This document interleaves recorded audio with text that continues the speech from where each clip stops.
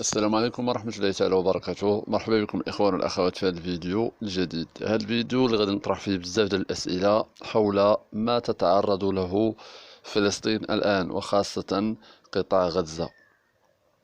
هناك مجموعة من الأسئلة اللي لازم أننا نجاوب عليها، وإلا لقينا الجواب غادي نفهموا أشنو واقع وأشنو كاين بزاف ديال الناس كيتسائلوا من جات ديك الأسلحة اللي عند حركة حماس أو عند القسام أو كتائب القسام، منين جات؟ هذا أول سؤال كيسولوه الناس وكيسولوا العربي بصفة خاصة والإنسان بصفة عامة. من أين أتوا بتلك الأسلحة الكبيرة والهائلة؟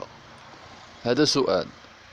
السؤال الآخر، هل هناك تآمر على فلسطين؟ هل هناك تآمر على فلسطين من أجل تهجيرهم، من أجل قتلهم، من أجل إبادتهم جماعية؟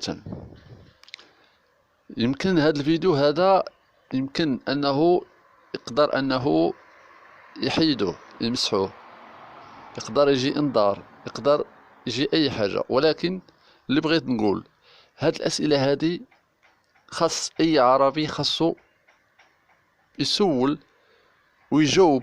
إلا لقى الجواب غادي يفهم أشنو كاين، لأن هادشي ليس بريء من هاد الأمور هذه. أنك باش تكون عندك أسلحة اللي كبيرة وكبيرة بزاف، هنا علامة استفهام. ما هي الجهة الممولة لحركة حماس؟ كذلك شنو الأسباب اللي خلات إسرائيل أنها تبيد المدنيين والأطفال والنساء وكبار السن وغيرهم اللي ما عندهم حتى شي علاقة مع هاد الحرب الدائرة في فلسطين؟